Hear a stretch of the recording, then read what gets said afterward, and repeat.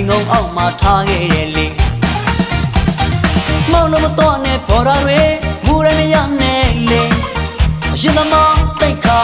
လက်ပြလုံးစိမ်းကိုလန်းကိုမမှန်ရှောင်းအိမ်ကိုရောက်တော့ညစာငတ်နေလေ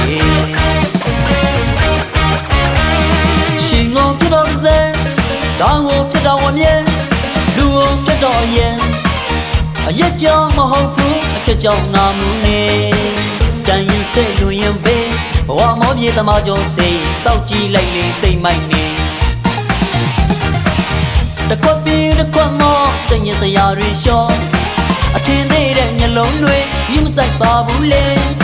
အရက်ပလင်းကြောင့်မောက်ရဲ့ပဲနတ်ပြည်နဲ့မလဲ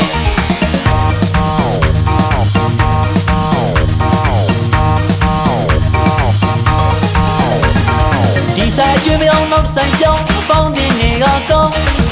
ခုနှလုံးတော့ကြံသေးတယ်ရောင်းလိုက်တဲ့ငယ်ကြီးရဲ့ဝယ်မဲ့သူမရှိလေရဲ့ပေါင်ကတော့မယ်ကောင်းဆုံးနဲ့ရောင်းတဲ့ဆိုင်လဲစင်ရဲ့တောက်တဲ့သူလဲโอเค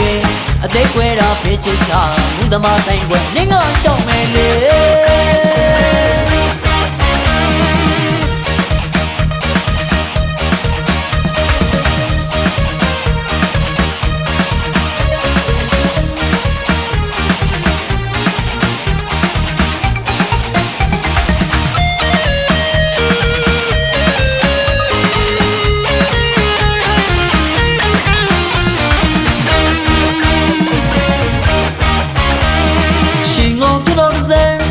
တောင်းကိုပြတော့ဝမြဲလူကိုပြတော့ရင်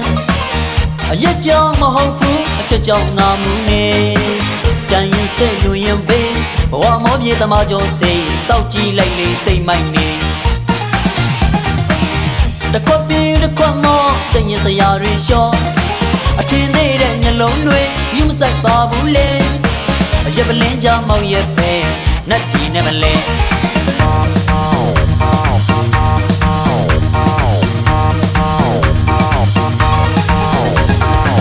ဆိုင်ကျွေးပြောင်းနောက်ဆိုင်ပြောင်းပေါင်းတင်နေကကောင်းခုနှလုံးတော့ကြံသေးတယ်ရောင်းလိုက်တဲ့ငယ်ကြီးရဲ့ဝယ်မဲ့သူမရှိလေရဲ့ပေါင်ကတော့မယ်ကောင်းဆုံးပဲရောင်းတဲ့ဆိုင်လဲစင်ရဲ့တောက်တဲ့သူလဲโอเค